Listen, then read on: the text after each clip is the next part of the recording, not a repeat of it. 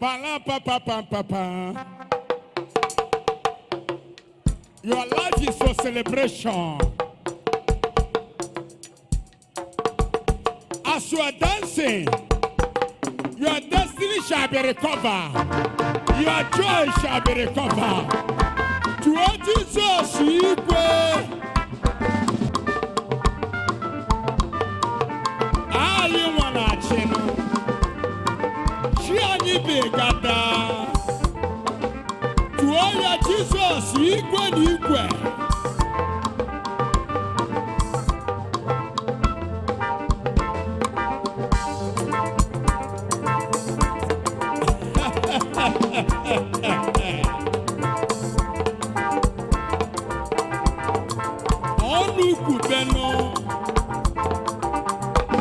Solia, onu dadine kwife solia. She anya neme, ife solia no.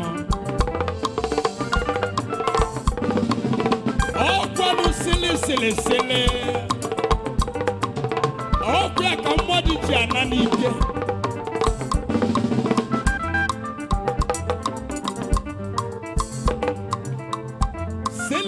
Silly no.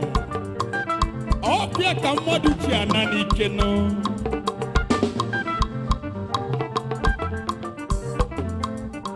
Makana atwolo omalo. Atwolo ofeke, ofenyi sinofia. Makana onye na-akpọ mmụọ oku. Mana mmụọ ekwela asago oku. Icho ka mmụọ zogwu, enye mmụọ aja, ozogwu ọ na-akpụ ya. Maka mmụọ ri aja nọ, ozogwu ọ na-akpụ ya.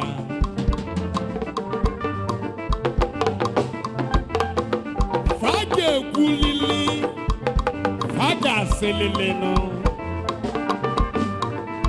Mana ifo solo fakwube nọ, aibu odogwu nọ.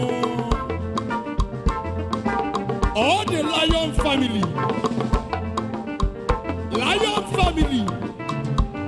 Onu Gadina Ganilu, Ogonogo Donalisike, Okanilu Gabon Kono, Naha Jesus, to all in Jesus, Igwe, to all in Yahweh Asa.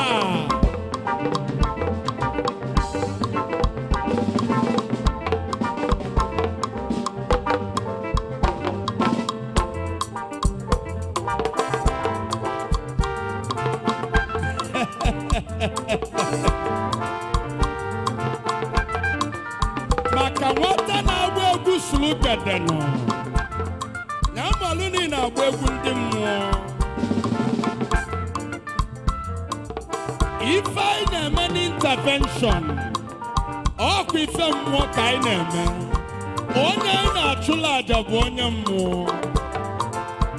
Jesus, ọ gara ije n'elu mmiri. Otili felo mmọnwụ. Babahum.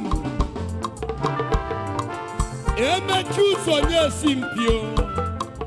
Akachi isi ebuo. Odogwu ọzala. Agaba.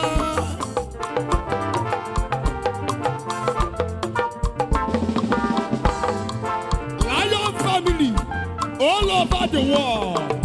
Anywhere you're watching me, your case is expired. Receive your breakthrough. Receive your open door. Let me see you are rejoicing. Everybody. Oyo lema. Oyo. Hida.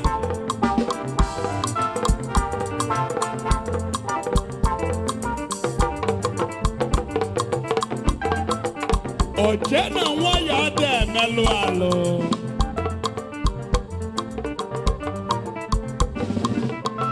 Manonya chioseje. Inkenye na monsoku. Ade melu kwa alo no.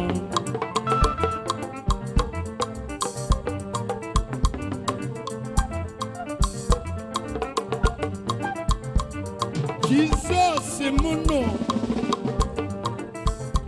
onyo mabukisi emezinu Chukwu of Nazareth nu Ebube Damascus Dikemu chiechenu Chukwu mukamu sobilinu Chukwu kamu chizaganu Odumeje na Chukwu fulunanya nu Umu Odumeje nu Akancha wakono gamwe Okanilu gabon kono Onu jaga bo Okalanya ngadanganu Tuolu Jesus yodogu Onomanene Ebube muchiechenu Chukwu binigwe Okwaginyele mikenu Jesus Christ showed me there. Chukwu kamuchi agazinu tuonu ni odogu. Omu chukwu na tunu tonenu. Chukwu no kalile madu. Chukwu no bu muo nejelu madu osinu. Olisani nosiano. Utatunu nunchano. Uso mechile meshi. Fanchani negemere. Onwike gaboso tuoli mi odogu aria